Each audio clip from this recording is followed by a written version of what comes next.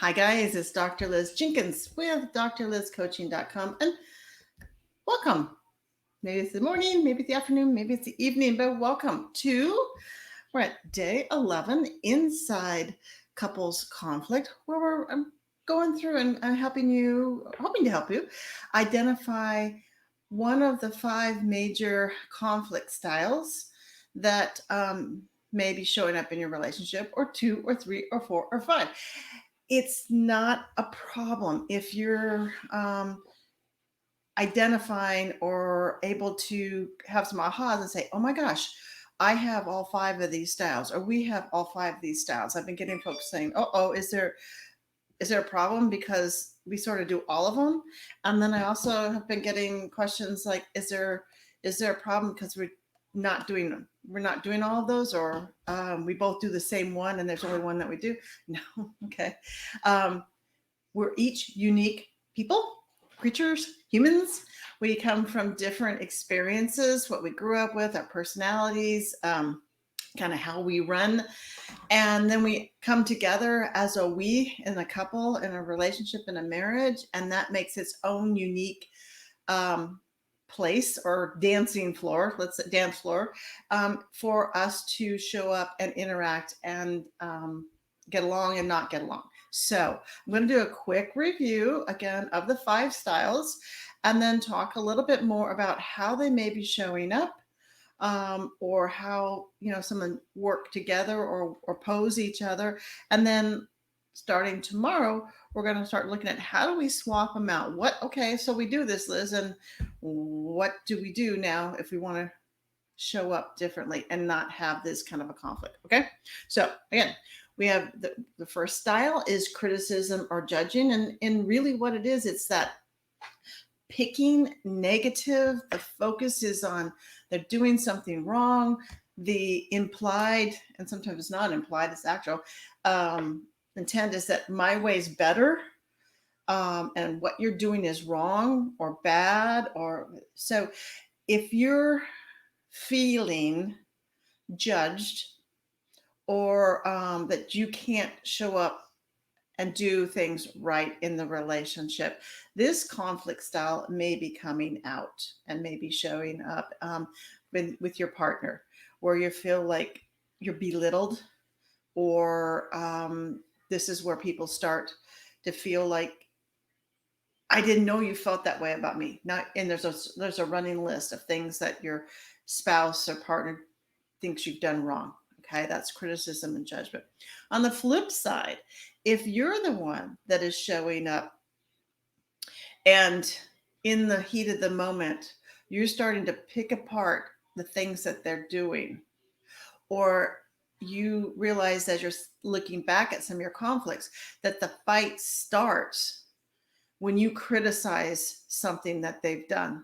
And maybe let's say they did the laundry, and they come out and they're folding it, and you're like, geez, I can't believe you put the whites, you threw the whites in with my Levi's. I mean, seriously.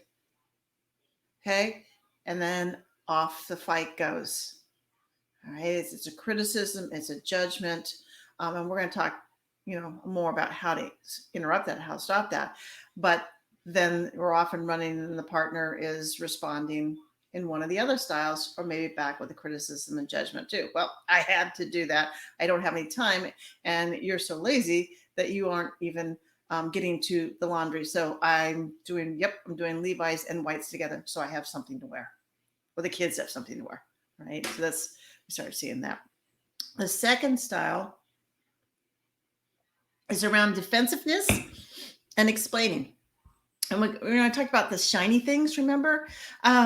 Defensiveness comes across as, rather than hearing the person, we immediately put the wall up to protect ourselves, cloak it, cloud it in a kind of a little shield of where we're just trying to explain ourselves. Because certainly if you understand why I did this or why I didn't do this, it will all be okay. It will all go away. Your anger, your hurt, your displeasure will all go away. And so in that defensiveness, we throw the force field up. We're not curious. We're explaining ourselves. We're trying to reason and rationalize and justify why this thing did or didn't happen. And people react. Okay. It's a instant trigger, because then they will either go up, escalate, or they'll get defensive too, and you guys are going to be butting heads. So defensiveness might show up where, okay, we're back at the laundry. And I first started off with a criticism, and I'm like, I can't believe you did the Levi's and the whites together. Oh my God. And they came back with something snarky. I can't, so lazy. I don't have any time. And so I had to put them all together so I have something to wear. I got to go to work, or I got to go here. Okay. Defensiveness might come in. Oh, I'm so busy. I don't have time myself, between the work and the kids. And then I'm still having to do a special project at work. And so immediately I'm not hearing, I'm triggered, I'm defending myself. And I'm also trying to imply that I've got so much on my plate that there isn't any space, there's any bandwidth. And so the fight would continue. I could use some help around here. It seems like all I do is I got all the kids and I got this, and then the dogs have the vets, and then we have this and we have that, and we have this and we have that.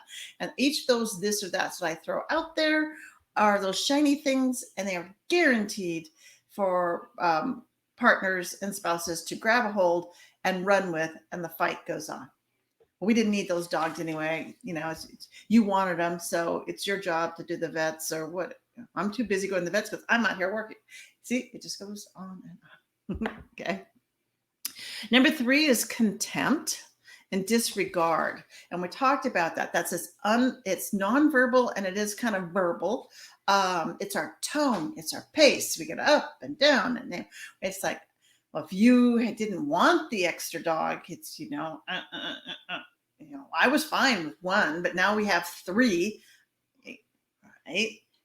That it just keeps, and it's toxic and it's disrespectful. And so we really want to capture that, get a hold of that. And that comes with self-awareness, and it comes with an agreement with the partnership to help point that out so that we can step back and start to accurately talk about what we're feeling. But in the moment, contempt comes through where we have all these emotions and they're bleeding through. It's almost we can't stop ourselves.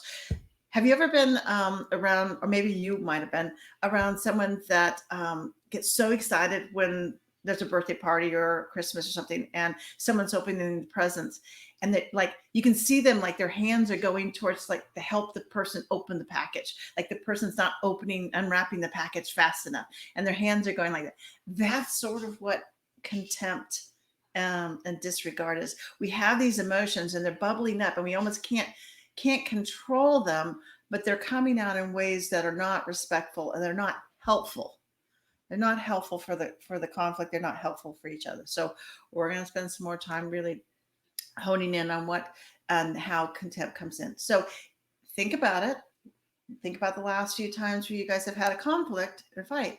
Did you see any of it? Did you see the eye rolling and the huffs and the arms crossed? And did you feel that sort of disgust or disregard for your partner, for your spouse? Because that feeling is connected to some of your thoughts and thoughts about them and thoughts about the relationship, and it bleeds forward. Yep. Conflict style number 4. Woohoo! These are my salsa people. They fire. They're fire. We call it the fire, and it's hot and it's fast. It escalates very, very quickly. They can be going. Things can seem to be just fine. Something frustrates them, and boom. Something disappoints them, and boom. Maybe they had expectations. Maybe you had expectations. You were going to come home. The house was going to be nice, clean. Maybe there'd be some food in the refrigerator or in the cupboard, and you open the cupboard and your favorite snack isn't there, and you had been waiting and planning for it, and you're hungry and you're snarky, you're a hangry kind of moment. And Where's all my power bars? Where's all my power bars? And, and I was like, I don't know.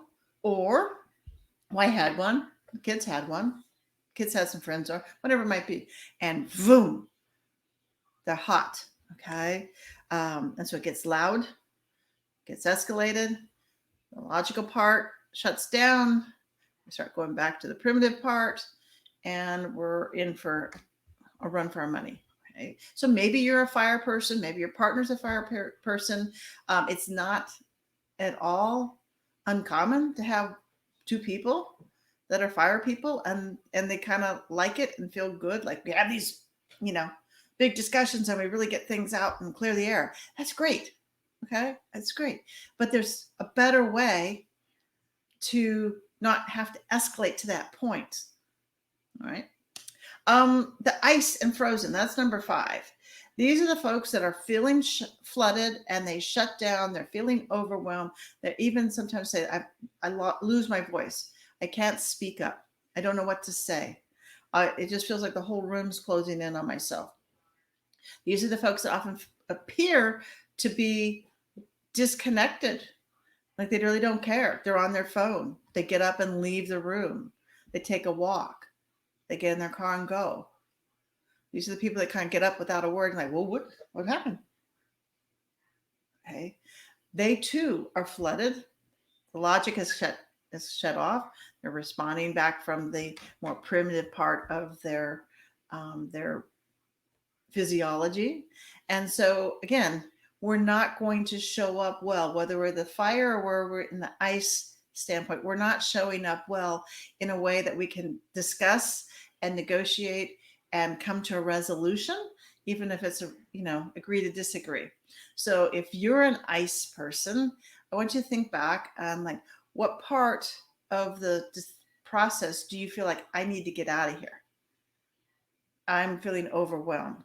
Because we want to try to help you identify that it's emerging so that you can, we're going to talk some strategies so that you can interrupt that and get yourself in a place where you can calm down, as well as help your partner understand this is not disrespect and things. This is physiological response. And I need to help my spouse, my sweetheart, calm down so we can have a conversation. When I have 2 ice people, okay, as well as when I have 2 fire people, as well as when I have one's the fire and one's ice. Oftentimes, folks don't recognize this dynamic, and so they shut down. They feel discouraged. They feel like we're unsuccessful. We can't have conflicts, and they get shoved under the rug, or it gets chalked up to, okay, that's another thing that we just don't talk about, and we manage and maneuver around it, but we don't resolve it. We don't bring it up because it's just we're just gonna lock horns and just ugly stuff happens. So one of my goals for you guys is to understand wherever you're showing up with whatever style. If we have 2 fires, I'll teach you how to handle it. If we have 2 ice, I'll teach you how to handle it. If we have one of each, okay, teach you how to handle it so that both of you can show up with your own unique conflict styles. You both can have more awareness of how your partner or spouses shows up with their conflict style and how it looks in your relationship, so we can manage it ahead of time, get the strategies in place, get the tips and skills and techniques so that you can have healthy conflict. And the healthy conflict will be a conversation, a resolution, an agreement that we're going to agree or we're going to disagree, and that's okay, right? But it's managed. No sweeping under the rugs and no avoiding it, or just giving up because I don't want to have a fight, so whatever they want, that's good. No. Each one of you have an opinion. Each one of you have needs, values, beliefs, and those get to be heard and shared and supported. So I will pop off now, and I will look forward to seeing you tomorrow. Questions? Just DM me.